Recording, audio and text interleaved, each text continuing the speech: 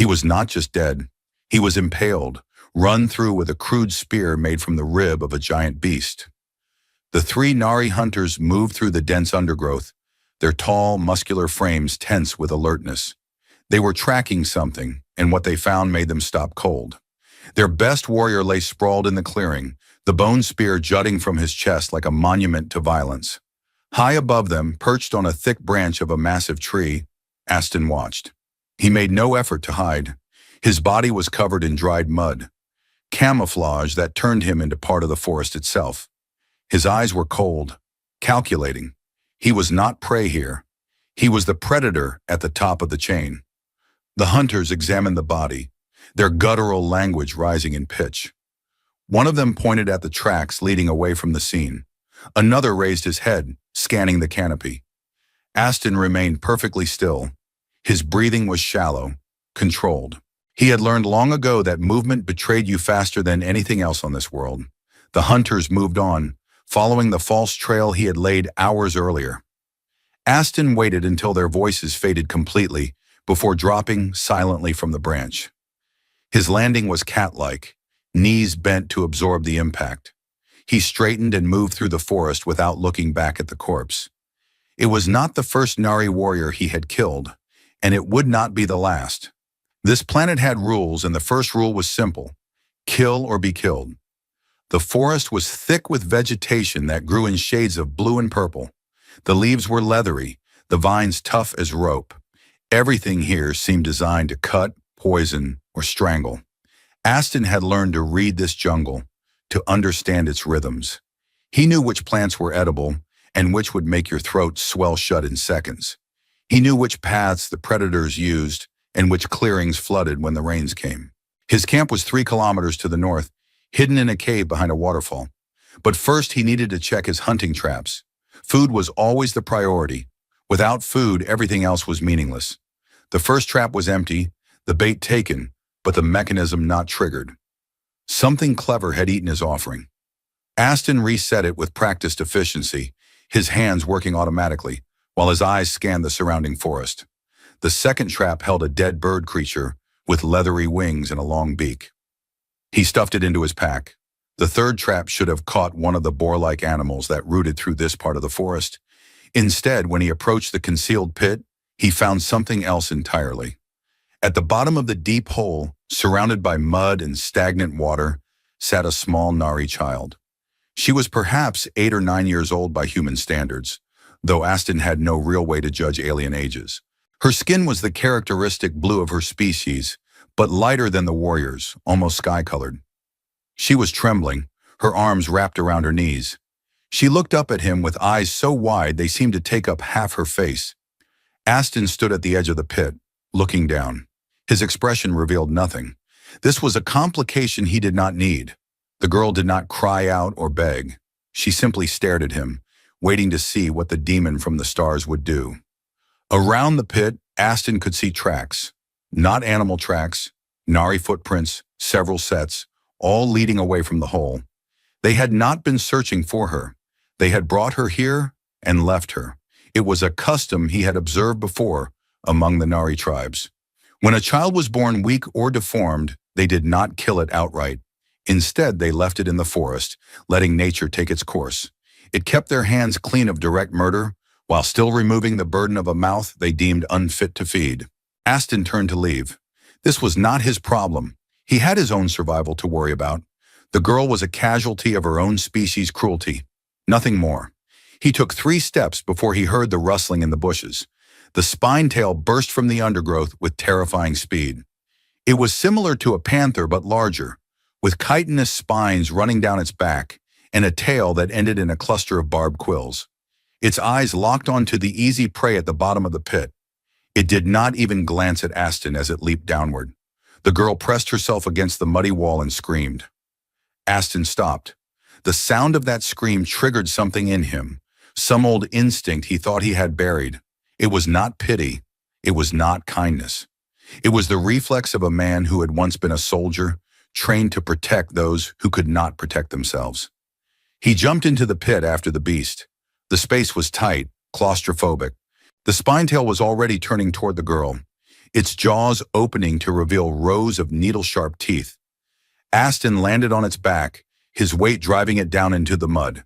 The creature writhed beneath him, trying to throw him off. He wrapped one arm around its neck, his other hand reaching for the bone knife at his belt. The beast bucked and twisted, its spine quills tearing through his shirt and scraping his skin. Pain flared across his back, but Aston held on. He had fought worse than this. His knife came free and he drove it upward beneath the creature's skull, into the soft spot where the spine met the brain. The blade was crude, made from a sharpened leg bone of some massive animal, but it was effective. The spine tail convulsed once, then went limp.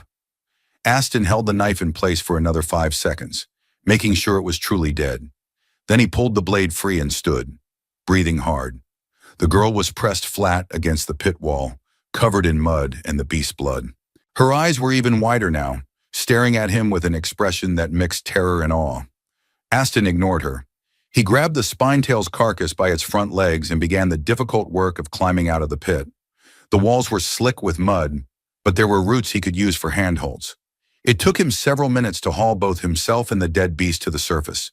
Fresh meat was too valuable to leave behind. Only then did he look back down at the girl. She was still pressed against the wall, shivering. Without the immediate threat of the predator, she seemed to realize that she had simply traded one danger for another. Aston cut a chunk of meat from the spine-tail's haunch. The flesh was dark red, almost purple. He tossed it down into the pit. It landed in the mud near the girl's feet with a wet slap. "Eat," he said in his own language, knowing she would not understand the words but hoping the gesture was clear. "And get out of here." He turned and walked away, dragging the spine-tail carcass behind him. He had done his good deed for the year. The girl had food. She could climb out of the pit using the same routes he had. What happened after that was not his concern. Behind him, he heard splashing sounds as the girl grabbed the meat. Then after a long moment, he heard the sounds of someone attempting to climb the muddy wall.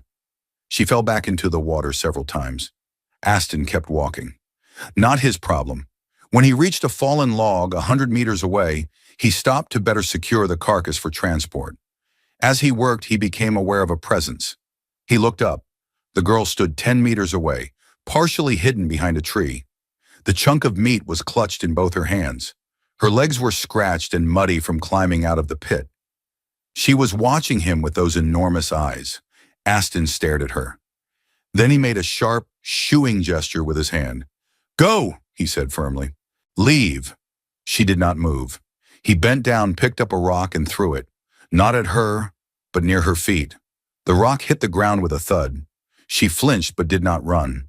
She took a small step backward, still watching him, but she did not leave. Aston turned his back on her and continued walking. Fine.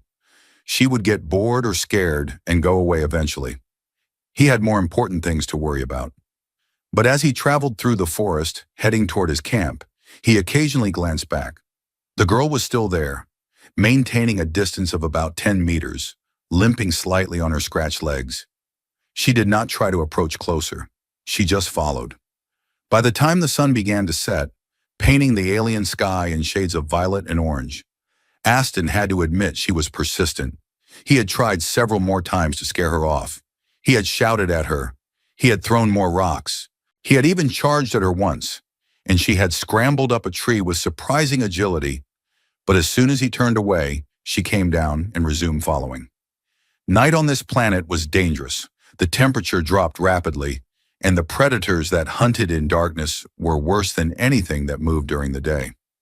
Aston found a suitable tree, one with thick branches high enough to be safe from ground-based threats. He pulled himself up using a vine, then secured himself to the branch with a strip of leather, a precaution against falling in his sleep. From his elevated position, he looked down. The girl was huddled between the roots of the tree, curled into a small ball. She was shivering. The night cold was already setting in, and she wore only a thin, ragged garment that barely covered her small frame. Aston tried to ignore her. He closed his eyes, willing himself to sleep. His body was exhausted. The fight with the spine tail had reopened some of his older wounds. He needed rest. But sleep would not come.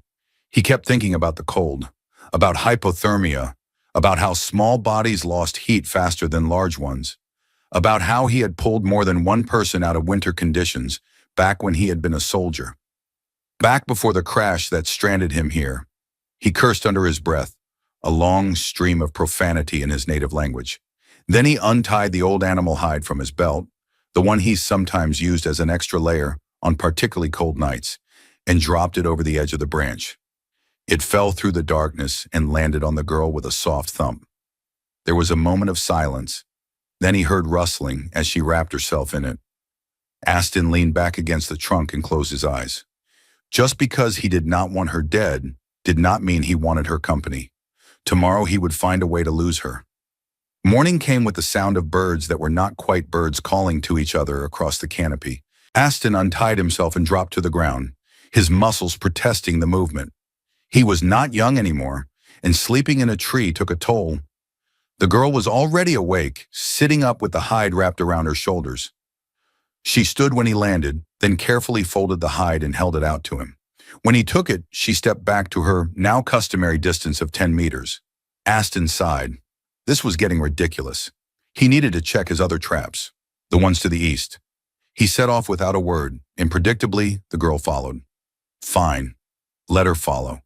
Eventually, she would realize he was not going to take care of her and would have to fend for herself. They walked for 2 hours, moving through terrain that gradually changed from dense forest to rocky hills. The vegetation became sparser, the ground harder. This was the edge of his territory, the boundary between his hunting grounds and the lands claimed by other predators, both animal and Nari.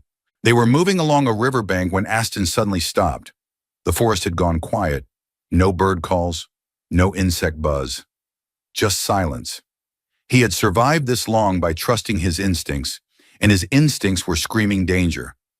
The arrow came out of nowhere, hissing through the air and embedding itself in the ground centimeters from his boot.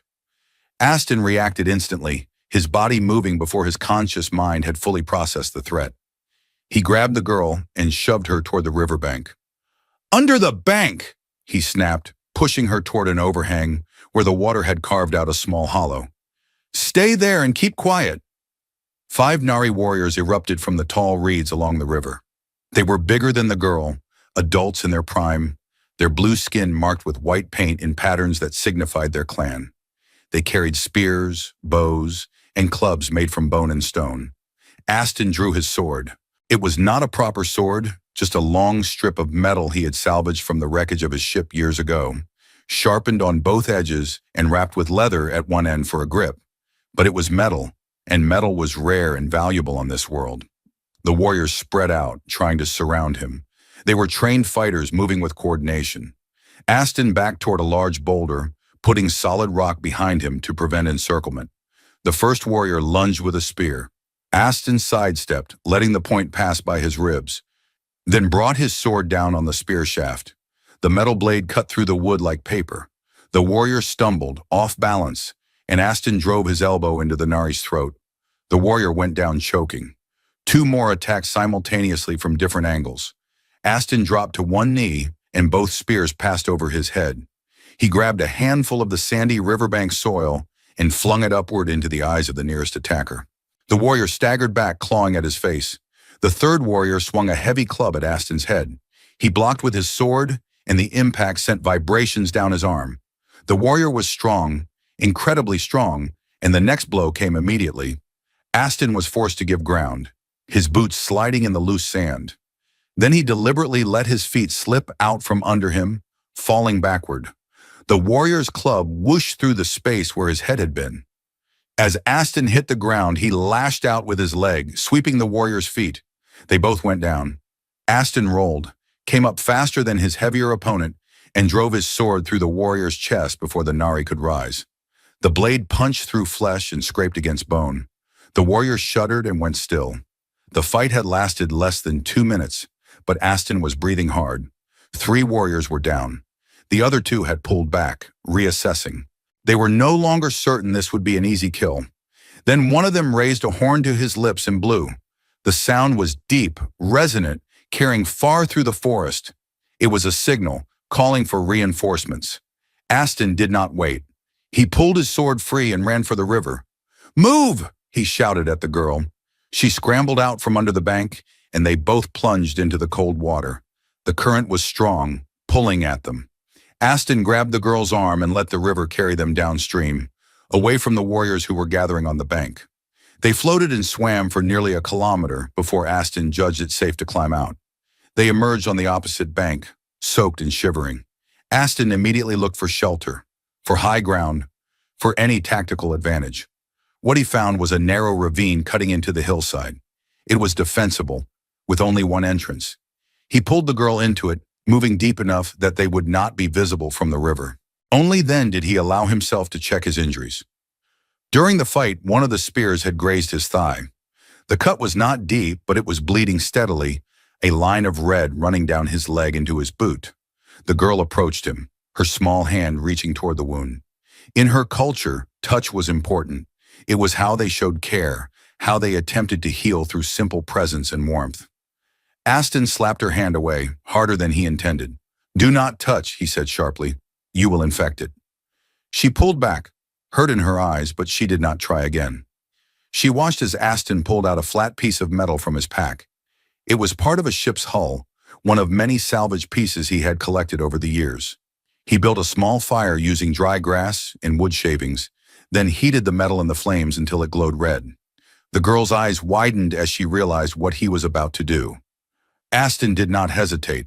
He pressed the heated metal against the wound. The smell of burning flesh filled the narrow ravine. His jaw clenched so tightly his teeth ground together, and the veins in his neck stood out like cables. But he did not scream. He held the metal in place for a count of 5, cauterizing the wound, then pulled it away. The girl stared at him with something close to worship in her eyes. To her, his tolerance for pain was beyond anything she had ever witnessed. She had seen warriors cry out from lesser injuries. This human had just burned his own flesh without a sound. Aston wrapped the wound with a strip torn from his shirt, then leaned back against the stone wall, breathing through his nose. His leg was on fire, but the bleeding had stopped. That was what mattered. They stayed in the ravine until nightfall. The sound of rain began to patter against the rocks outside, growing from a sprinkle to a downpour. The ravine would keep them dry, at least partially. Aston built up the fire, not for warmth, but because fire kept most predators away. He sat cross-legged, his sword across his knees, and began the ritual of maintaining his blade. He pulled out a whetstone and drew it along the edge in long, rhythmic strokes. Sh-sh-sha. The sound was almost meditative. Across the fire, the girl sat watching him. She looked at her own hands, small and blue in the firelight. They were unmarked, uncalloused, useless hands. She thought about her tribe, about the warriors who had carried her into the forest and thrown her into the pit. She thought about how they had walked away without looking back. "Why did they do it?" she asked quietly, her voice barely audible over the rain. She was not really asking him. She was asking the universe. "Why did they give up on me?" Aston paused in his sharpening. He looked at her through the flames, his face half in shadow. Then he looked at his own hands. They were covered in scars, calluses, old burns, and new cuts. They were the hands of someone who had done terrible things to survive. "They are monsters," he said, his voice rough. "They should not have done it." It was the first time he had spoken directly to her, as if she were a person rather than an inconvenience. The girl looked up, meeting his eyes. Something unspoken passed between them in that moment, a recognition of shared outsider status. The next days were spent crossing what Aston called the Deadlands. It was a stretch of sharp rocks and minimal water, where even the hardy vegetation of this planet struggled to grow. The ground was treacherous, all loose scree and hidden crevasses. As they traveled, Aston began to teach her, not out of kindness, but out of cold pragmatism. If she was going to follow him, she needed to not be a complete liability. And if he died, she would die the next day anyway, unless she had some basic skills. He did not try to teach her to fight with a weapon. She was too small, too weak. A sword would be useless in her hands. Instead, he taught her to be invisible. "You cannot defeat a warrior with strength," he told her, as they rested in the shade of a boulder. "Your strength is in not being seen." He showed her how to walk so that sticks did not snap under her feet, how to test each step before putting her full weight down.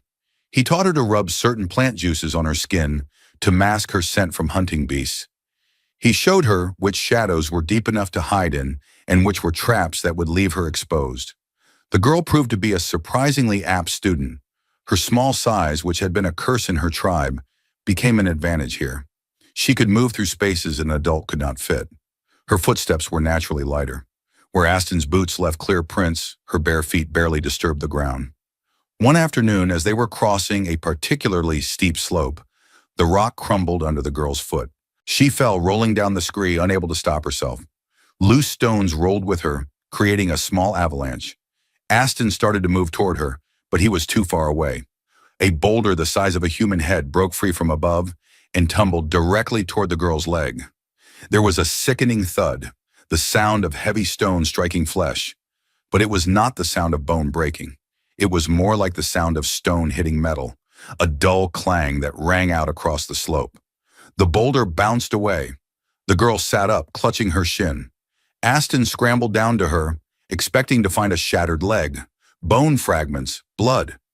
Instead, he found something else entirely. Where the boulder had struck, the girl's delicate blue skin had turned black and hard, like the chitinous shell of an armored insect. The transformation covered an area about the size of his palm, the skin rigid and slightly glossy. As he watched, the black color slowly faded, lightening back to blue. The hard texture softened. Within 30 seconds, her skin looked normal again. Aston carefully felt her leg, checking for breaks. There were none. The bone was intact, not even bruised. "It is not a sickness, girl," he said, his voice thoughtful. "It is armor. Your body reacts to threats faster than you can think." He sat back, understanding now. This was why her tribe had discarded her. The Nari valued strength, visible power. This girl's defense did not manifest unless she was in mortal danger. In the daily life of the tribe, she would have seemed weak and ordinary. They would not have known about her armor until it was too late to matter. But Aston recognized the value. On a world where survival was measured in moments, a defense that activated automatically could mean the difference between life and death. "You are not weak," he told her. "You are just built for a different kind of fighting." Over the next 2 days, they continued through the Deadlands. Aston's leg wound was healing, but slowly. He could tell it was getting infected despite the cauterization. The skin around the burn was hot and red. His body was fighting the infection, but it was a battle that was draining his strength. On the 3rd day, they reached a massive waterfall that cut across their path. Behind them, Aston could hear the baying of hunting beasts. The Nari had not given up. They had brought their tracker beasts, massive reptilian creatures with an incredible sense of smell. The beasts had picked up the trail from Aston's wounded leg, following the scent of blood and infection. Aston looked at the waterfall, then at the girl, then back the way they had come. The mathematics of survival were simple and brutal. With his wounded leg, he could not move fast enough. The tracker beast would catch them within minutes. Together, they were both dead. Apart, she had a chance. "This is a dead end," he said, his voice flat. "For 2 people." He scanned the cliff face and spotted a narrow vertical crack in the rock, mostly hidden by moss and vines. It was barely wide enough for an adult to squeeze through, but perfect for a child. He grabbed the girl and pushed her toward it. She resisted, trying to pull away, but he was much stronger. "Listen to me," he said, his voice urgent. "You stay in there. No matter what you hear, even if you hear me screaming, you do not come out. When everything goes quiet, you follow the river downstream. Understand?" She grabbed his hand, trying to hold on, her eyes pleading. He pulled his hand free, but for just a moment, his expression softened. Then he pushed her into the crack and began covering the entrance with moss and loose rocks, making it look natural. Aston walked out onto the open plateau in front of the ravine. He could hear the beasts now, their guttural barks echoing off the cliffs. He drew his sword and struck it against a boulder, sending up sparks. Then he threw his head back and roared, a sound of challenge and defiance that carried across the valley. He was making himself impossible to ignore, drawing all attention to himself. The tracker beasts burst from the tree line first, massive 6-legged reptiles with jaws that could crush bone.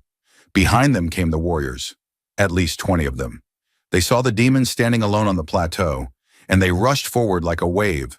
Aston killed the first beast that reached him, driving his sword through its eye and into its brain. He crippled a warrior who got too close, cutting deep into the Nari's leg. But there were too many, far too many. Heavy nets made from braided sinew flew through the air. They wrapped around Aston, tangling his arms and legs. He went down hard, his sword knocked from his grip. Warriors swarmed over him, beating him with the hafts of their spears, striking him in the ribs, the head, the shoulders. Hidden in her crack in the rock, the girl pressed her eye to a gap in the moss. She watched as they overwhelmed him, as the proud warrior who had killed so many was beaten down like an animal. She watched as they bound his hands behind his back with thick rope and began dragging him away, his heels leaving furrows in the dirt. She pressed both hands over her mouth, physically holding back the scream that wanted to escape. Tears ran down her blue cheeks, but she made no sound. They hauled him away, leaving only trampled ground and drops of blood. The girl waited. She waited as the sounds of the war party faded into the distance. She waited as the sun set and the forest grew dark. She waited until she was absolutely certain they were gone. Then she emerged from the crack. She stood on the plateau, looking at the two paths before her. To the left, the river led downstream, toward potential freedom and survival, the path Aston had told her to take. To the right, broken branches and drops of blood marked the trail back to the Nari village. She looked at the small bone knife Aston had given her days ago, a trophy from one of their hunts. She gripped it so tightly her knuckles turned pale blue, almost white. Then she turned right and began following the blood trail. She moved the way he had taught her, testing each step, staying low, using the shadows. She was no longer prey. She was a hunter, even if she was a small one who had never made a kill. The Nari village was lit by dozens of torches, turning night into an orange twilight.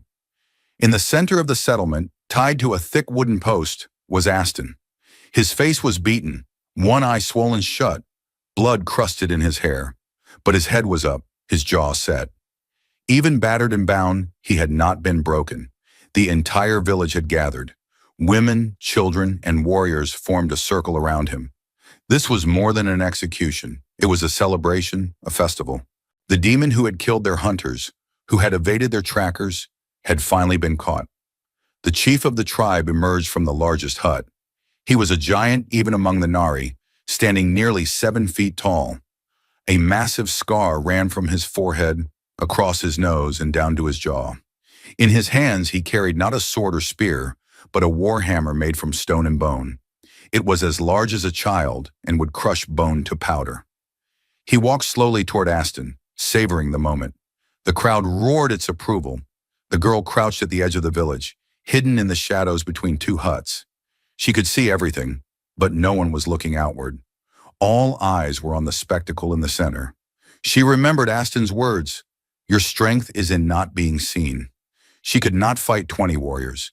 She would die in seconds, but she did not need to fight. She needed to create chaos. Behind the huts was a large pen where the tribe kept their work animals. Massive 6-legged reptilian beasts they called thicknecks. The animals were placid during the day but easily spooked. The girl moved like a ghost between the shadows, unseen by the distracted villagers.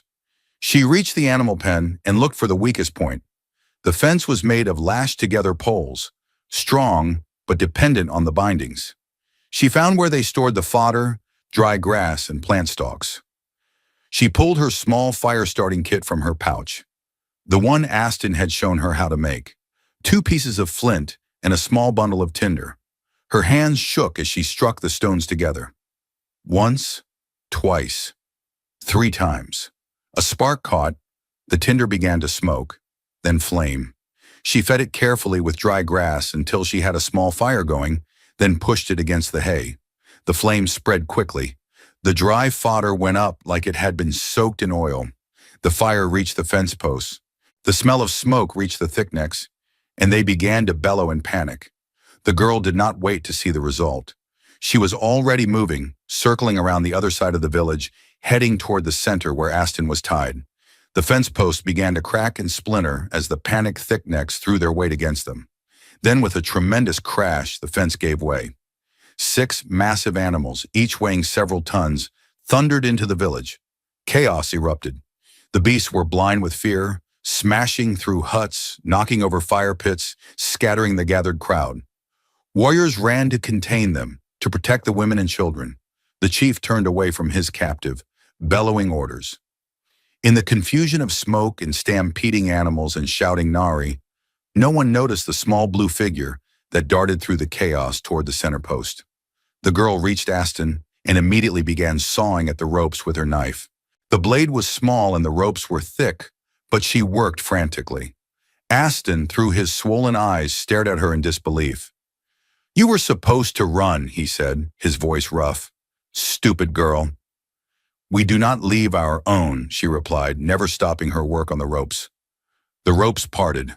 Aston's hands came free. He rubbed the circulation back into his wrists, then spotted his sword lying on the ground nearby, where the guards had abandoned it to chase the animals. He snatched it up. His face changed. The pain seemed to leave it, replaced by something cold and lethal. He was no longer a captive, he was a weapon. They tried to slip away in the confusion, but they were not fast enough. The chief saw his prisoner, freed, and roared in fury. He charged through the panicking crowd, shoving his own people aside, his war hammer raised high. Aston was exhausted, injured, weakened by days of captivity. He managed to block the first massive swing, but the impact of the stone hammer against his metal sword sent painful vibrations through his arms. His grip loosened. The second blow knocked the sword completely from his hands, and the force of it drove Aston to the ground. The chief loomed over him, a mountain of muscle and rage. He lifted the war hammer above his head, holding it there for a moment, wanting everyone to witness the final blow that would crush the demon's skull. Aston could not roll away in time. His body would not respond fast enough. He looked up at the descending hammer, at death coming for him at last. Then a small blue shape flashed in from the side. The girl threw herself at Aston, not attacking the chief, but covering the human with her own body. She pressed herself against his chest, her back exposed to the descending hammer. The stone weapon, 20 kilograms of shaped granite, fell like a meteor. The impact was tremendous, but instead of the wet crunch of breaking bones and pulped flesh, there was a different sound, a ringing metallic boom that echoed across the village. B-b-boom! The hammer bounced off the girl's back as if it had struck an anvil. The shock of the rebound traveled up the hammer's handle and into the chief's arms. He staggered backward, his face contorted in confusion and pain. The girl's entire back had turned black and rigid, harder than any armor the Nari had ever crafted. In the instant of mortal terror, her body's defense had activated at full power. She had become a living shield. The reprieve lasted only a second, but it was the only second Aston needed. His hand found the boot knife he always kept as a backup. It was barely longer than his palm, but it had an edge like a razor. As the chief tried to recover his balance, Aston lunged upward from the ground. The knife found the gap between two ribs and drove home. Aston put all his weight behind the thrust, pushing the blade deep into the chief's heart. The giant Nari staggered. Blood poured from his mouth. He looked down at the small knife buried in his chest as if unable to believe something so insignificant could kill him. Then his legs gave out and he fell, hitting the ground like a felled tree. Silence spread across the village like a wave. The warriors who had been chasing animals stopped. The women and children who had been fleeing froze. Everyone stared at the impossible scene before them. Their chief was dead. The demon lived. And the small girl who had been abandoned in the forest had just survived a blow that would have killed a bull. Her armor slowly faded, the black hardness receding like water, draining away, leaving only soft blue skin. She collapsed, unconscious from the shock and the tremendous energy her body had expended. Aston struggled to his feet and picked up the girl, cradling her in his arms. She weighed almost nothing. He looked at the assembled Nari warriors. They were armed. They outnumbered him 20-1, but not one of them moved to attack. In their culture, strength commanded respect. The girl had demonstrated strength beyond their understanding. To attack her now would be to anger the spirits they believed watched over the worthy. Aston walked toward the edge of the village. The crowd parted before him like water around a stone. No one spoke. No one raised a weapon. They simply watched as the demon carried the small, God-touched child into the darkness beyond the torchlight. The forest closed around them, dark and cold. Aston kept walking, putting distance between them and the village. His leg was agony, his ribs were probably cracked, and every breath hurt. But he did not stop until he judged they were far enough away to be relatively safe. He found a sheltered spot beneath an overhanging rock and carefully laid the girl down. Her breathing was steady, her heartbeat strong. She was not injured, just exhausted. Her body had poured all its resources into that momentary transformation, and now it needed to recover. Aston sat down beside her, his back against the stone, and finally allowed himself to feel the full extent of his injuries. He was a mess, but he was alive. They were both alive. He looked down at the sleeping child. Her face was peaceful now, all the fear and determination smoothed away by unconsciousness. He reached out and gently brushed a strand of hair away from her forehead. "You are not bait anymore," he whispered. "You are my shield." The words were a promise and a recognition. She had saved his life, just as he had once saved hers. In this brutal world, such bonds were stronger than blood, forged in survival and sealed with sacrifice. The night deepened around them. Somewhere in the forest, something howled, a long, mournful sound that spoke of hunger and hunting. Aston tightened his grip on his sword and kept watch. The dawn came slowly, the alien sun rising in a sky that was more purple than blue. The girl stirred first, her eyes opening slowly. She looked confused for a moment, then memory returned. She sat up quickly, wincing. "Easy," Aston said. "You took a hit that would have killed most things. Your body needs time to recover." She looked at him, then at her arms and hands. The skin was normal, blue and soft. She flexed her fingers, testing. "Why?" she asked. "Why did you jump into that pit to save me? Why did you come back for me?" Aston was quiet for a long moment. Then he said, "Because you are not bait. The bait has to be alive for the trap to work, but you were never meant to be caught. You were meant to survive." The girl did not fully understand, but she sensed the truth beneath his words. He had not saved her out of pity or because he needed something from her. He had saved her because in her, he had seen something worth saving. Someone who would fight to live, no matter the odds. They sat in silence as the sun climbed higher, bringing warmth to the cold morning. Around them, the forest began to wake, the creatures of the day starting their eternal search for food and safety. The world continued its brutal cycle, indifferent to their small drama of survival. But Aston and the girl were different now. They were no longer solitary survivors navigating a hostile world alone. They were a unit, a team. The human with his experience and strength, and the Nari child with her unexpected gift and fierce determination to live. After eating the last of their food, a stringy piece of dried meat, they began to move again. Aston's leg was bad, but he had lived with worse. The girl walked beside him now, not behind. She was still small and young, but there was something different in the way she carried herself. She had faced death and defied it. That changed a person, no matter their age or species. They talked little as they traveled, but the silence was comfortable. Aston taught as they went, pointing out useful plants, showing her how to read animal tracks, explaining which trees had bark strong enough to make rope and which had sap that could be used as waterproof sealant. The girl absorbed it all with the intensity of someone who knew that knowledge was survival. She asked questions in her halting attempts at his language, and he answered them. Slowly, a pigeon communication developed between them, a mixture of his words, her words, and gestures that served them better than either language alone. Days passed into weeks. They moved through territories that Aston had not explored before, always heading generally north toward what he hoped might be cooler, more temperate lands. The wound on his leg healed, though it left a nasty scar. The girl grew stronger, her body adapting to the constant physical demands of their nomadic life. One evening, as they sat by their fire eating a fish thing Aston had speared from a stream, the girl spoke. "Name," she said, pointing at him.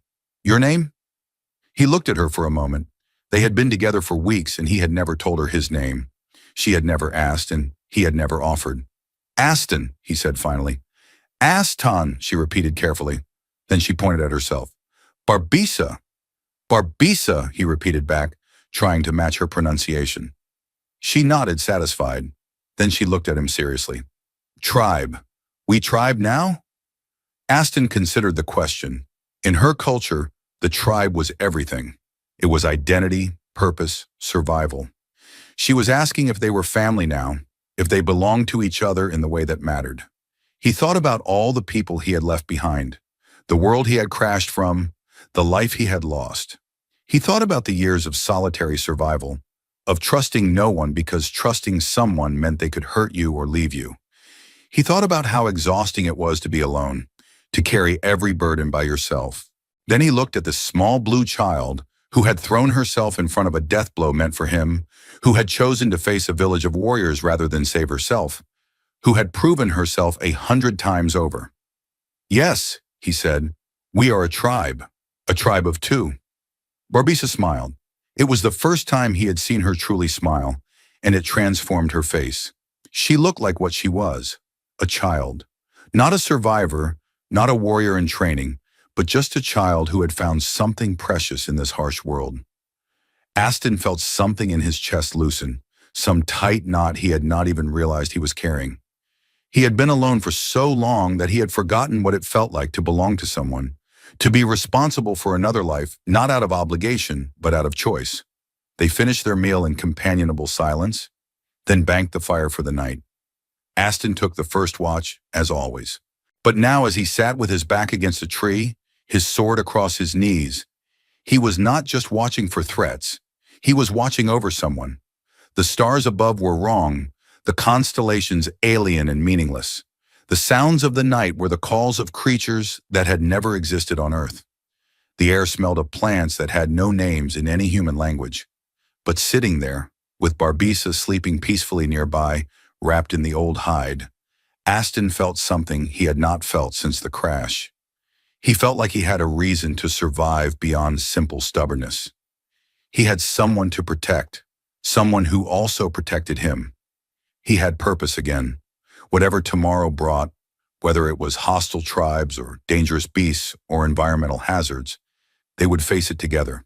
A human from a dead world and a Nari child cast out by her own kind, forming something new in the wilderness. In the darkness, something howled. Aston tightened his grip on his sword and smiled grimly. Let it come, whatever it was, it would find them ready. The fire crackled softly, sending up sparks that rose into the alien night. Two survivors from different worlds sitting together against the darkness. Not bait and hunter, not rescuer and rescued, but something simpler and more profound. Family, forged in blood and survival, tempered by sacrifice and choice. And in this brutal, beautiful, impossible world, that was enough. Months passed and the seasons changed. The brutal heat gave way to cooler winds. Aston and Barbasa moved through the wilderness like spirits, leaving little trace of their passage. They were learning each other's rhythms, developing the kind of unspoken communication that came from constant proximity and shared danger. Barbisa was growing, not just physically, though she was taller and stronger now, but in capability. She could start a fire in under a minute with her flint and steel. She could identify dozens of edible plants and knew which water sources were safe. Most importantly, she had lost the hesitation that marked someone as prey. When danger came, she reacted with the same instant decisiveness as Aston. They were following a game trail one afternoon when they spotted smoke rising above the trees ahead. Smoke meant people, and people meant potential danger. But it also meant the possibility of trade, of information, of civilization. Aston signaled for Barbasa to wait while he scouted ahead. He moved through the underbrush silently, a skill he had perfected over his years on this planet. The smoke came from a small encampment, not a permanent settlement. 3 Nari sat around a fire, but these were different from the warriors they had encountered before. They were older, their skin marked with elaborate tattoos rather than war paint. Traders possibly, or explorers. One of them was telling a story, his voice carrying through the still air. Aston's understanding of the Nari language was still limited, but he caught enough words to piece together the tale. They were talking about a legend, about a demon from the stars, and a cursed child who had become his shield. The story had spread, growing with each telling. In the tale, the demon was 10 feet tall and breathed fire. The child could turn her entire body to stone at will. They had destroyed an entire village, leaving only ashes behind. The truth had become myth, distorted but recognizable. Aston pulled back and returned to where Barbiza waited. "We are famous," he told her dryly. "They are telling stories about us." "Good stories?" she asked. "Terrifying stories," he corrected. "Which is good for us. Fear is a better shield than armor." They bypassed the camp, not wanting to test whether the traders would recognize them. But the encounter made Aston think. They could not wander the wilderness forever. Eventually they would need to find a place to settle, at least temporarily. Somewhere defensible where they could build a real shelter, store supplies, prepare for the harsh winter that would eventually come. They continued north for another week before they found it. A small valley fed by a stream, surrounded by steep cliffs on three sides.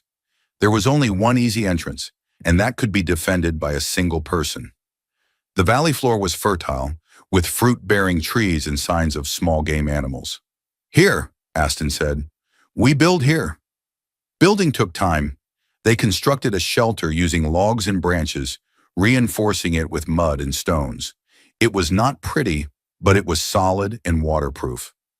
Aston built a raised platform inside for sleeping, keeping them off the ground and away from insects and small predators. He made a hearth for the fire, with a crude chimney to vent the smoke. Barbiza worked alongside him, learning carpentry skills to add to her growing repertoire of survival knowledge. Her small hands were good for detailed work, tying intricate knots and weaving branches together for wall panels. They set traps around the valley's entrance, both for catching food and for warning them of intruders.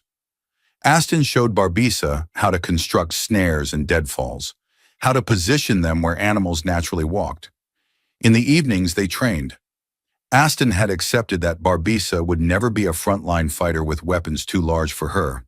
Instead, he focused on teaching her to move, to evade, to strike from surprise and then vanish. He taught her where to hit to disable rather than kill, because she lacked the strength for lethal blows against adult Nari. She proved to be a natural at this kind of fighting. She was fast, flexible, and had an intuitive understanding of angles and leverage. When she struck at the practice dummy Aston had made, she went for knees, throats, eyes, vulnerable points where size mattered less than precision. One evening, as they rested after training, Barbiza asked a question that had clearly been on her mind for some time. "Why you here? Why you fall from sky?" Aston was quiet for a long moment, staring into the fire. He had not talked about it, had not even let himself think about it much. But she had trusted him with her life countless times. Perhaps she deserved to know his story. "I was a soldier," he began slowly.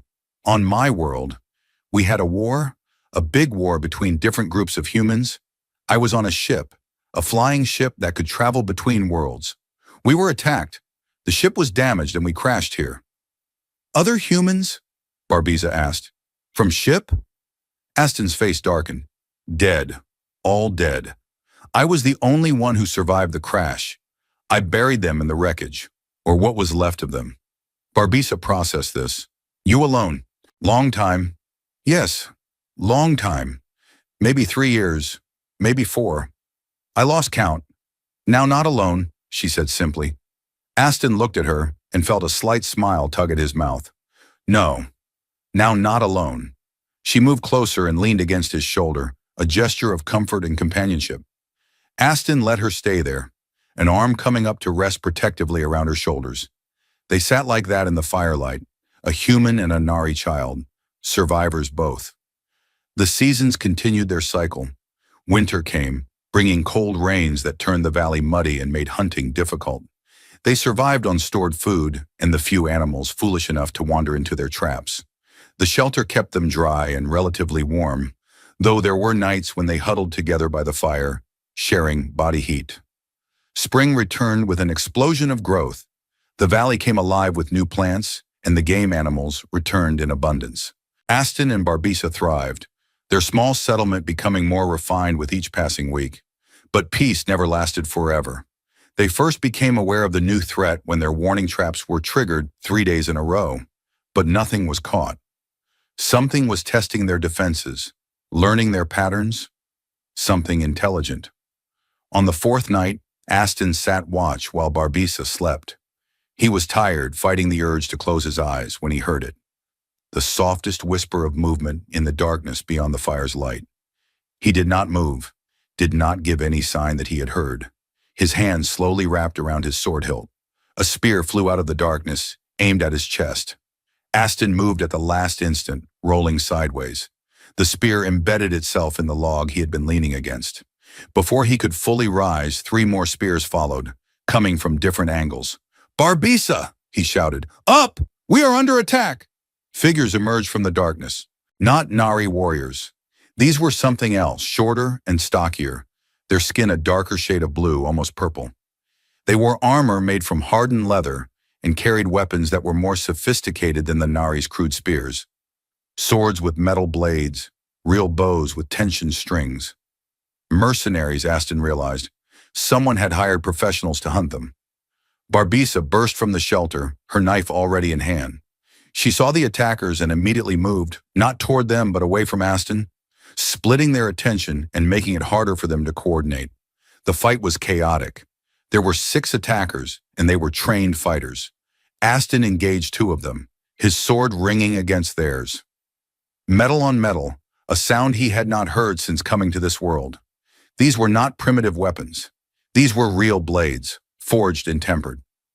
Barbisa led 2 others on a chase through the valley, using her small size and intimate knowledge of the terrain. She led them into the thorny bushes, then doubled back while they struggled through the undergrowth. When one emerged bleeding and furious, she was waiting on a low branch. She dropped onto his back, her knife finding the vulnerable spot at the base of his skull. Aston fought with the desperation of someone who knew he was outmatched. His opponents were skilled, their footwork precise, their strikes economical. He took a cut across his ribs, felt the hot flow of blood, but he did not fall back. He pressed forward, aggressive, using his greater height and reach to keep them from coordinating. He killed one with a thrust through the throat, the blade punching through flesh and spine. The body fell, and Aston immediately shifted to face the other, not giving him time to process the death of his companion. Barbisa reappeared, having dealt with one of her pursuers. The other had apparently decided discretion was the better part of valor and had retreated into the darkness. 3 attackers remained, but the mercenaries were professionals. They recognized when a contract had gone bad. Without a word, they disengaged, melting back into the forest as quickly as they had appeared. Pursuing them into the darkness would be suicide, and Aston was smart enough to recognize that. He stood in the firelight, breathing hard, blood dripping from his ribs. Barbisa moved to his side, her knife still out, scanning the darkness for any sign of another attack. "We cannot stay here," Aston said, pressing a hand to his wounded ribs. "They know where we are. They will come back with more." Barbisa nodded, already moving to gather their essential supplies. They had built this place, made it home, but survival meant being willing to abandon anything.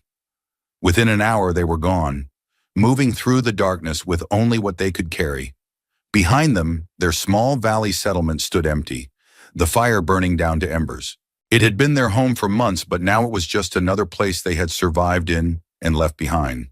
They traveled through the night, putting distance between themselves and the compromised camp.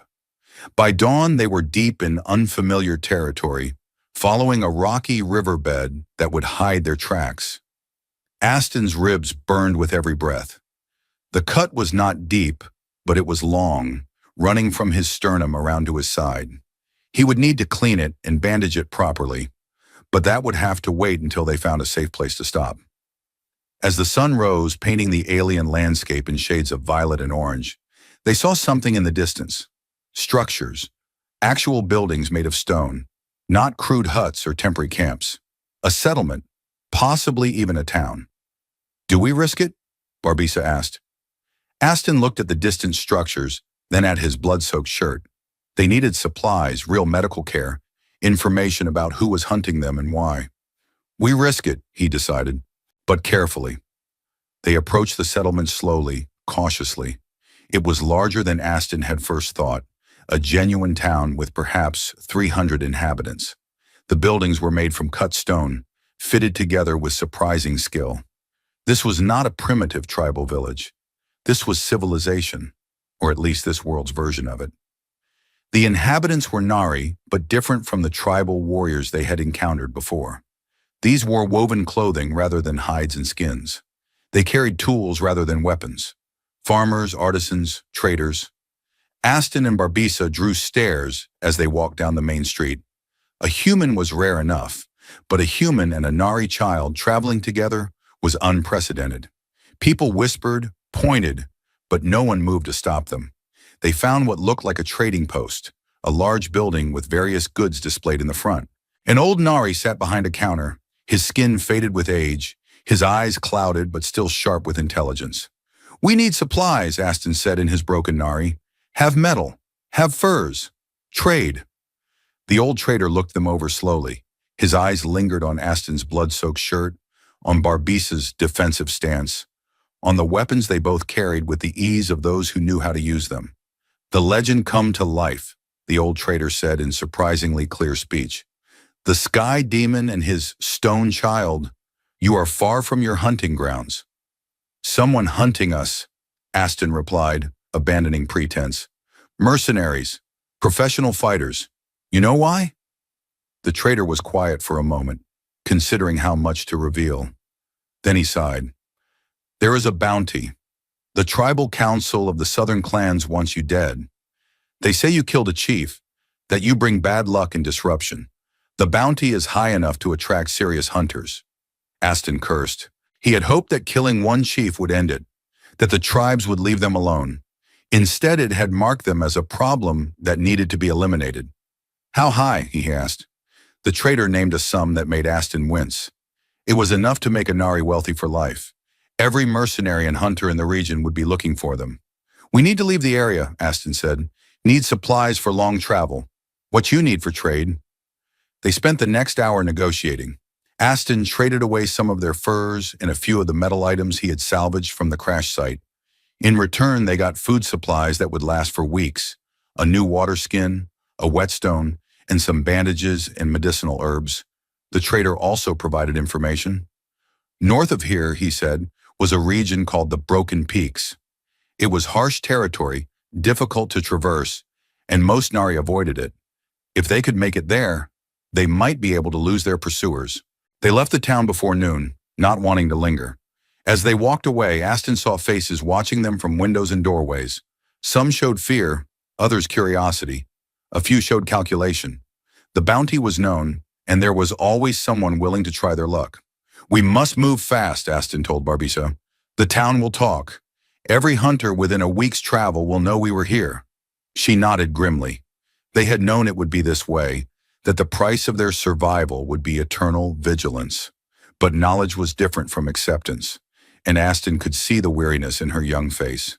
They traveled hard for the next 3 days, stopping only when absolutely necessary. Aston's wound was healing, but slowly. He had cleaned and bandaged it, but the constant movement was not helping. Still, infection had not set in, which was the important thing. On the third evening, they reached the foothills of the Broken Peaks. The name was apt. The mountains ahead were a chaotic jumble of shattered stone, as if some ancient cataclysm had broken the earth and left it lying in pieces. There were no clear paths, no easy routes. It would be slow, difficult, dangerous traveling. It would also be almost impossible for a large group to follow them. "We go up," Aston said, pointing to the peaks. "Disappear into the stone." They began their ascent the next morning. The going was even harder than Aston had anticipated. The rock was loose and unstable, prone to giving way without warning. Several times they had to backtrack when their chosen route ended in an impassable cliff or a crevasse too wide to jump. But they pressed on, climbing higher. Behind them, the lowlands spread out in a patchwork of forest and grassland. It was beautiful in an alien way, this world that had become their home despite trying to kill them at every turn. On the 5th day in the peaks, they found a cave. It was not large, but it was deep enough to provide shelter and had a narrow entrance that could be easily defended. More importantly, it had a hidden exit at the back, a crack in the rock that led to another section of the mountain. If they were trapped, they had an escape route. "Here," Aston said, "we rest here, heal, wait for the hunters to give up or lose our trail." They made camp in the cave, building a small fire near the entrance where the smoke would disperse. For the first time in weeks, Aston allowed himself to properly relax. They had shelter, they had supplies, and they were in a position that was nearly impossible to assault. Barbisa sat across the fire from him, her small face illuminated by the flickering light. She looked older now, Aston realized. The months of hard travel and constant danger had burned away the last of her childhood's softness. She was still young, but she moved and spoke with a maturity beyond her years. "You regret," she asked suddenly, "saving me? Bringing this trouble?" Aston looked at her for a long moment. Did he regret it? Life would certainly be simpler if he was still alone. He could disappear into the wilderness, become a ghost that no one could find. But he would also be alone again, carrying all his burdens by himself with no one to watch his back and no one to care if he lived or died. "No," he said finally. "No regret. Tribe of two, remember? We chose this." She smiled and some of the tension left her shoulders. "Good. I know regret too. Even with running. Even with fighting. Better than pit. Better than tribe that throws away." They fell silent, listening to the wind howl outside the cave.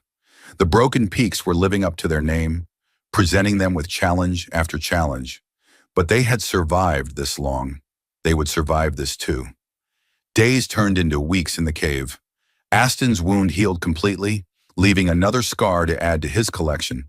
They hunted the small animals that made their homes among the rocks and gathered water from snowmelt that trickled down the mountain face, and they trained. In the relative safety of their hideout, Aston pushed Barbisa harder than ever before. He taught her grappling techniques, how to break holds and escape from larger opponents. He showed her how to use an enemy's weight and momentum against them. Barbisa absorbed it all, her body growing stronger and more capable. Her defensive armor, that strange ability that had saved both their lives, had manifested several more times during training accidents. Aston had tested its limits carefully. It seemed to trigger based on the perception of lethal danger, not just any impact. A punch that would bruise did not trigger it, but a strike that would break bone or pierce organs did. One evening, as they sat by the fire, Aston made a decision. "Tomorrow we leave the peaks," he said. "Head west. There are lands there I have heard about but never seen, far from the tribal territories. Maybe we find place where bounty not reach." Barbisa nodded. She was ready. The cave had been a good refuge, but it was not a life. They needed to keep moving, keep searching for a place where they could exist without constantly looking over their shoulders. The next morning they packed their gear and began the descent from the broken peaks.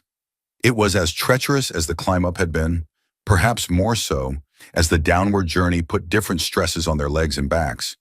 They were halfway down, negotiating a particularly difficult section of loose scree, when Barbisa suddenly stopped.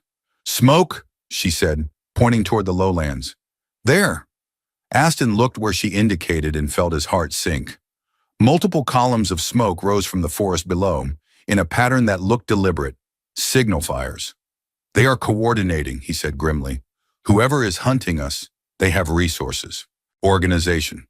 They continued down faster, knowing that every moment they stayed in the peaks was a moment their pursuers had to set up an ambush at the bottom. Speed was now more important than caution.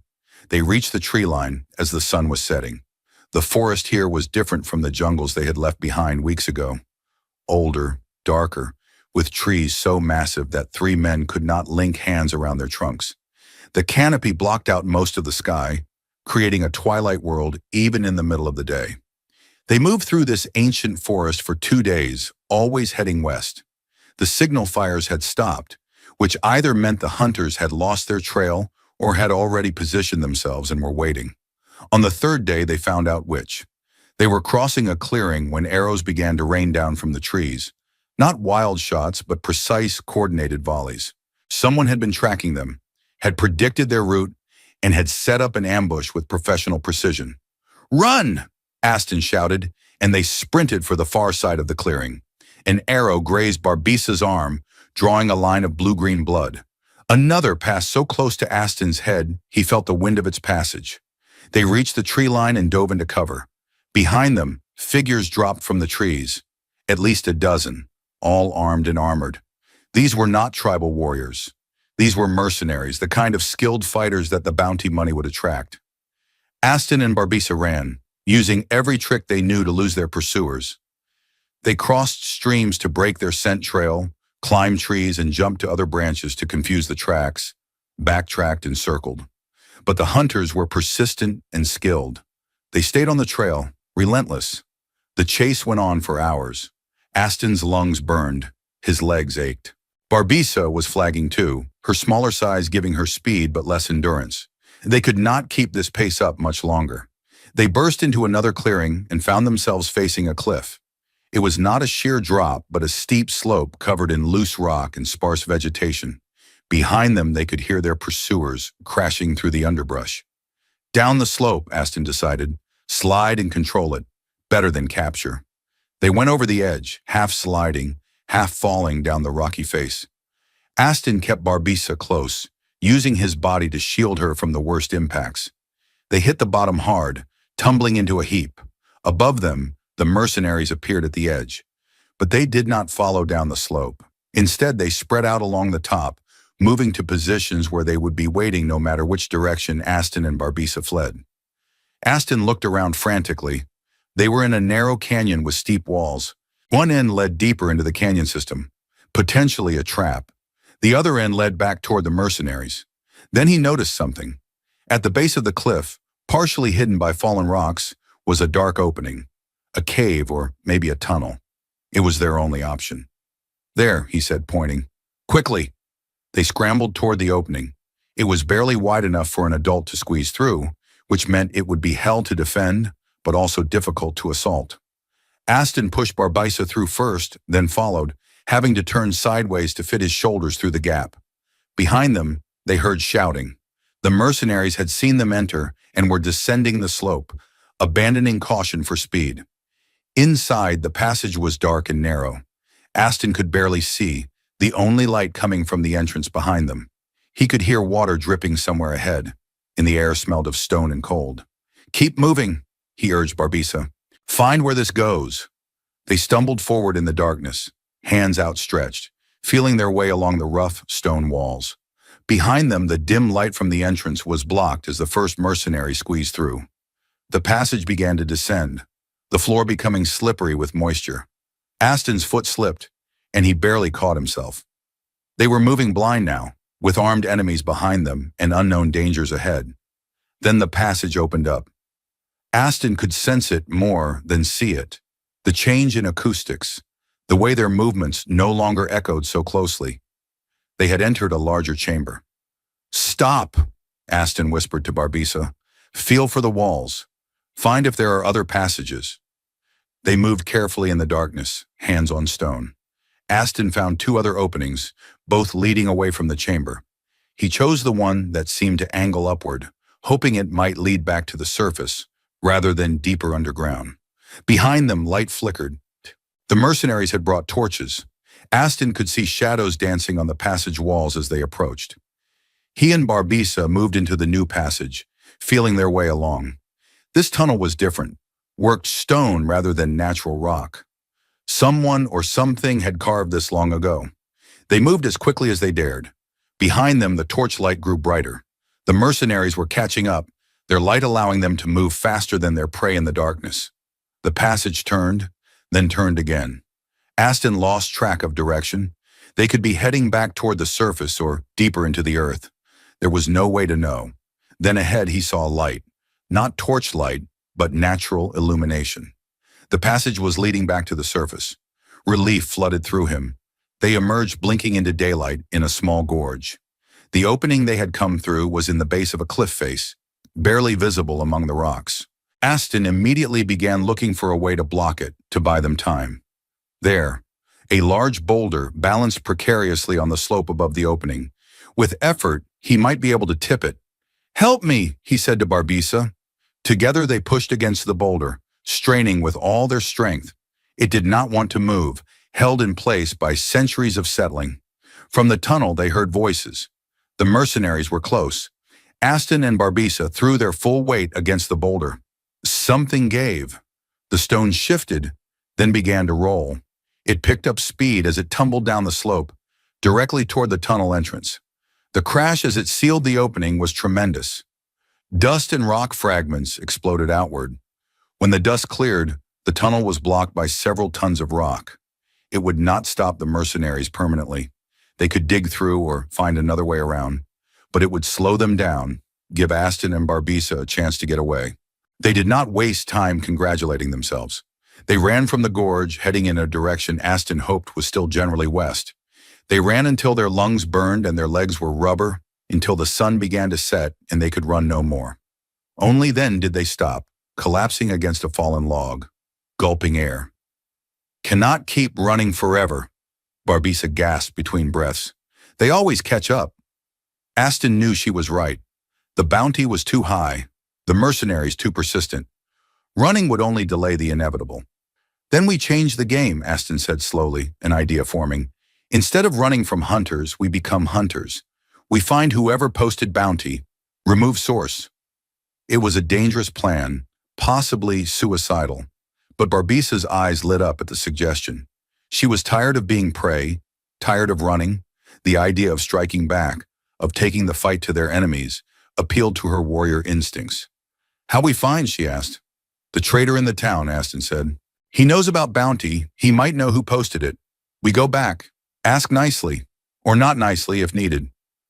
It took them 4 days to work their way back to the town they had visited weeks earlier. They approached carefully, watching for any signs of ambush or increased security. But the town seemed normal, going about its daily business. They waited until nightfall, then slipped over the town's low wall. The trading post was easy to find, one of the largest buildings with goods still displayed in the windows. The door was locked, but locks on this world were primitive. Aston had it open in seconds using a piece of bent metal. They slipped inside, silent as ghosts. The old trader was asleep in a back room. He woke to find Aston's knife at his throat and Barbisa blocking the only exit. "Remember us?" Aston asked quietly. The trader's eyes went wide with recognition and fear. He nodded slowly, very aware of the sharp metal pressing against his skin. "Good, need information." "Who posted the bounty? Who wants us dead?" The trader hesitated. Aston pressed the knife a little harder, not enough to break skin, but enough to make his seriousness clear. "The Southern Tribal Council," the trader said quickly, "led by chief named Corvin. They meet at Gathering Stone, 3 days south from here. They the ones who pool resources for bounty." "Why they care so much?" Aston asked. "We just want to survive. You killed chiefs. You proved Nari can be beaten. That dangerous for tribal leaders. They want you gone before you inspire others to challenge their power." Aston processed this. It was not personal vendetta. It was politics. They had become symbols of defiance, and symbols were dangerous to those in power. "This Corvin," Aston said. "Tell me about him." The trader talked, providing details about the chief who had orchestrated the hunt for them. Corvin was young for a tribal leader, ambitious and ruthless. He had united several tribes under his banner through a combination of charisma and brutal suppression of dissent. He wanted to expand his influence, and eliminating the demon and his stone child would enhance his reputation. When Aston was satisfied he had all the useful information, he pulled the knife away from the trader's throat. "You tell no one we were here," he said, "or we come back." The trader nodded frantically, and Aston and Barbisa slipped back out into the night. 3 days later, they lay on a hillside overlooking the Gathering Stone. It was an ancient formation, a circle of standing stones in a clearing. Below, the Southern Tribal Council was meeting. 7 chiefs from different tribes, each with their personal guards, discussing matters of mutual interest. Aston studied them through a crude spyglass he had made from salvaged lens pieces. He counted approximately 30 warriors, all well armed. A direct assault would be suicide, but he had not survived this long by fighting fair. "We do not attack," he told Barbisa. "We divide. Make them fight each other." Over the next hours, Aston explained his plan. It was risky, relying on timing and the tribal chiefs' mutual distrust, but it had a chance of working. That night, while the council slept in their tents, Barbisa crept into the camp. She moved like a shadow, unseen and unheard. She found the tent of Chief Corvin and left something inside, a bloody knife and a piece of cloth marked with the symbol of another tribe's chief. Then she moved to another tent and planted evidence suggesting that Chief had been plotting with Corvin against the others. By dawn, suspicion and paranoia had taken root. Chiefs accused each other. Warriors drew weapons. What should have been a united council dissolved into chaos. In the confusion, Aston struck. He fired an arrow, not at any chief, but at a tent, setting it ablaze. More fires followed. The camp descended into complete panic. Corvin, recognizing that his council had been destroyed, ordered his guards to retreat. But as they fled, Aston was waiting. Not with sword drawn, but with a rock slide he had carefully prepared on the hillside above their escape route. The boulders came tumbling down, cutting off the path and scattering the warriors. In the chaos, Aston dropped from a tree onto Corvin himself. The chief was strong and a skilled fighter, but he was surprised and off balance. The fight was brief and brutal. Aston had no interest in honor or fairness. He drove his knee into Corvin's gut, slammed his head against a tree, and put his knife against the chief's throat. "Call off the bounty," Aston said. "Now." Corvin, bleeding and beaten, glared at him with hatred but also respect. He had been outmaneuvered by a superior tactician. "Call it off and you live," Aston pressed, "and keep it active and you die here. Your choice." Corvin made his choice. He shouted orders to his scattered warriors, calling them to witness. He declared the bounty lifted, the hunt ended. The demon and stone child were to be left alone, granted safe passage through all tribal lands. Aston released him, knowing that without witnesses, the chief could easily recant. But with his own warriors hearing the declaration, Corvin's honor was bound to his word. Aston and Barbisa disappeared into the forest before the chaos fully settled.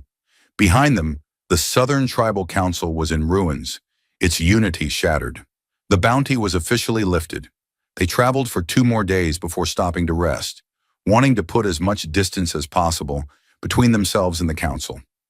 Only when Aston was satisfied they were truly safe did he allow himself to believe it was over. "We did it," Barbisa said, her voice full of wonder. "We survived." Aston smiled, a rare, genuine expression. "Yes, we survived." They made camp that night by a quiet stream, in a grove of trees with soft grass. For the first time in months, they did not post a watch. They let themselves simply rest, truly rest, without the constant vigilance of hunted prey. As the fire burned down to embers, Barbisa spoke. "What now? Where we go?" Aston looked at the alien stars above them. "West. Keep going west. Find a place where we can build something permanent. Not hiding, but living." "Home," Barbisa said softly.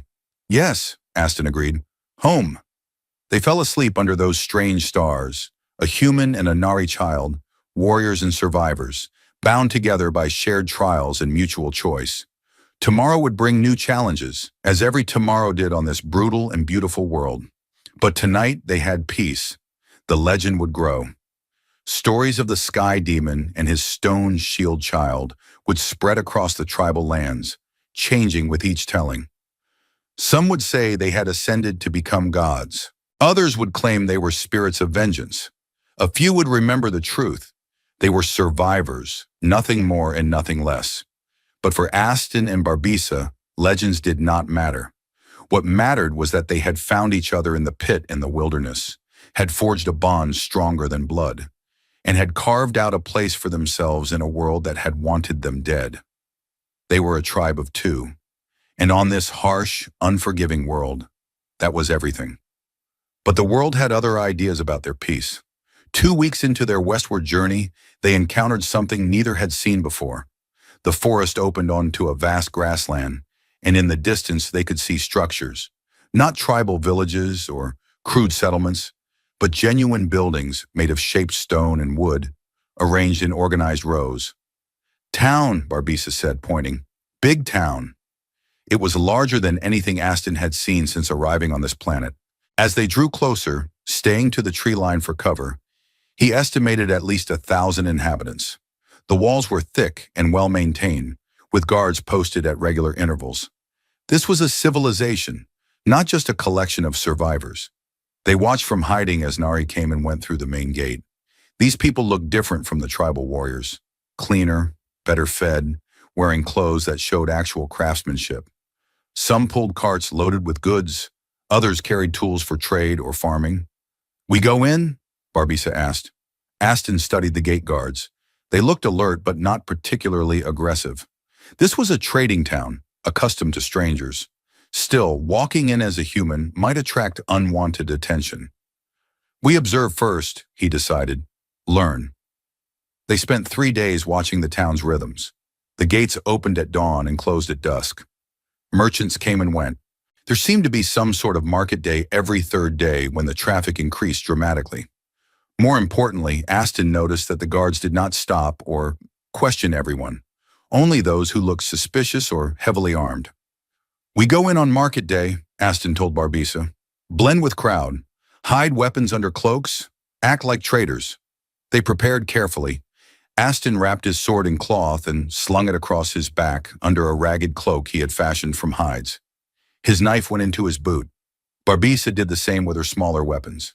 They gathered some furs and a few interesting stones to carry, making themselves look like small-time traders. Market day came. The roads leading to the town were crowded with Nari from surrounding settlements, all heading to trade. Aston and Barbisa joined the flow, keeping their heads down, moving with the crowd. The guards at the gate barely glanced at them. They were too busy managing the flow of people and collecting some sort of entry tax from the larger merchants. Aston and Barbisa slipped through without incident. Inside, the town was overwhelming after months in the wilderness. The noise of hundreds of voices, the smells of cooking food and unwashed bodies, the press of the crowd. It was almost too much. But there was also something else. Opportunity. They moved through the market, observing. Vendors sold everything from food to tools to weapons. There was a section for livestock, another for cloth and clothing, a third for exotic goods brought from distant lands. And everywhere there was metal. Real, forged metal, not just salvaged scraps. Aston felt a hunger looking at those metal tools and weapons. With proper equipment, their survival would become so much easier. But they had little to trade, and drawing attention by trying to bargain for weapons would defeat the purpose of staying inconspicuous. They were passing a food stall when Barbisa suddenly grabbed Aston's arm, pulling him into an alley between two buildings. Her eyes were wide with alarm. "Mercenary," she whispered. "From before. From the ones who chased us." Aston carefully peered around the corner. There, browsing at a weapon stall, was indeed one of the mercenaries who had ambushed them weeks ago. The Nari's face was unmistakable, scarred and cruel, with a missing ear from some past battle. The bounty was officially lifted. But would this mercenary know that? And even if he did, he might decide to try his luck anyway, hoping the legend of the sky demon and his shield were exaggerated. "We leave," Aston said quietly. "Slowly. No running." They turned to exit the alley the other direction, but found their path blocked. 3 young Nari males, street toughs by the look of them, had noticed the strangers and seen an opportunity. "Nice cloaks," one of them said, grinning to show filed teeth. "We take. You leave." "No trouble." Aston's hand drifted toward his concealed knife, but Barbisa caught his eye and shook her head slightly. She stepped forward, making herself look even smaller and more vulnerable than she was. "Please," she said in Nari, her voice trembling. "We have nothing. Just poor traders." The lead tough laughed and reached for her. "Then we take little Nari girl. Sell you. Make coin that way." His hand closed on her arm, and in that instant, Barbisa moved. Her training with Aston had made her fast and precise. She drove her thumb into the pressure point on the inside of his wrist while simultaneously stomping on his foot. His grip loosened in pain and surprise, and she slipped free, already moving behind him. Before the other two could react, she had her small knife at their leader's throat. "We leave now," she said, her voice no longer trembling. "You let us." The toughs backed away, hands raised. They had not expected prey that bit back. Barbisa released their leader with a shove, and she and Aston walked quickly toward the alley's exit. They had almost made it when a voice called out behind them. "Stop them! That is the stone child!" The mercenary had spotted them. His shout drew attention from the crowd. Heads turned. Aston saw recognition dawning on several faces. The legend had spread far. "Run!" Aston said, and they bolted. The market erupted into chaos as they sprinted through it, knocking over stalls and scattering goods. Behind them, the mercenary was shouting, rallying others to the chase. Some joined out of greed, hoping to claim the bounty they had not heard was lifted. Others joined from simple mob mentality. Aston and Barbisa ran through the twisting streets of the town, their knowledge of the layout limited. They turned corners blindly, hoping to lose pursuers, but the shouts behind them never seemed to fade. They burst into a square and found themselves facing the town's central well. There was no obvious exit except back the way they came, where their pursuers were emerging. They were trapped. Aston drew his sword from under his cloak, abandoning any pretense. Barbisa pulled her knife.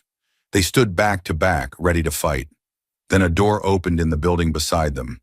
An old Nari female, her skin faded almost to white with age, gestured urgently. "Inside, quickly!" They had no better option.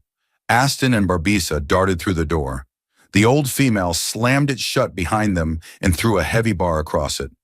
Outside, they could hear the mob arriving in the square, confused at their quarry's disappearance.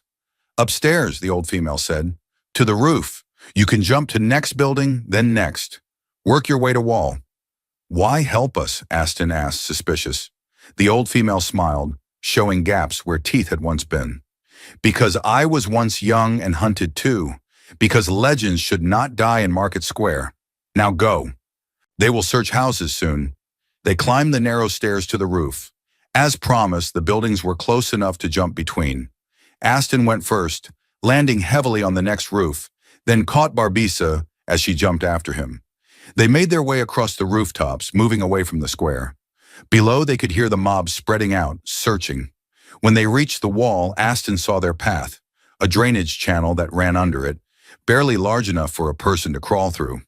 It was disgusting, filled with filth and waste, but it was also unguarded. They slid into the channel and crawled through the muck, emerging outside the wall stinking but free. They did not stop running until they were deep in the forest, miles from the town. Only then did they collapse, gasping for breath, checking themselves for injuries. "No more towns," Barbisa said firmly. "Agreed," Aston replied. "We find empty place, build our own." They traveled for another week, finally finding what they sought: a hidden valley, lush and green, with a waterfall and a cave for shelter. There were no signs of Nari presence, no trails or settlements nearby. It was isolated, defensible, and perfect. "Here," Aston said. "This is home." They began building. Not a temporary camp, but a real home. A solid structure using logs and stone, a garden for growing food, traps and defenses around the perimeter. It would take time, but they had time now. The running was over. As they worked, building their sanctuary, Aston realized something. He had stopped counting the days since the crash.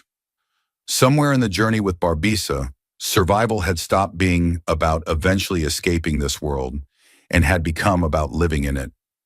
This was his home now. She was his family, and that was enough.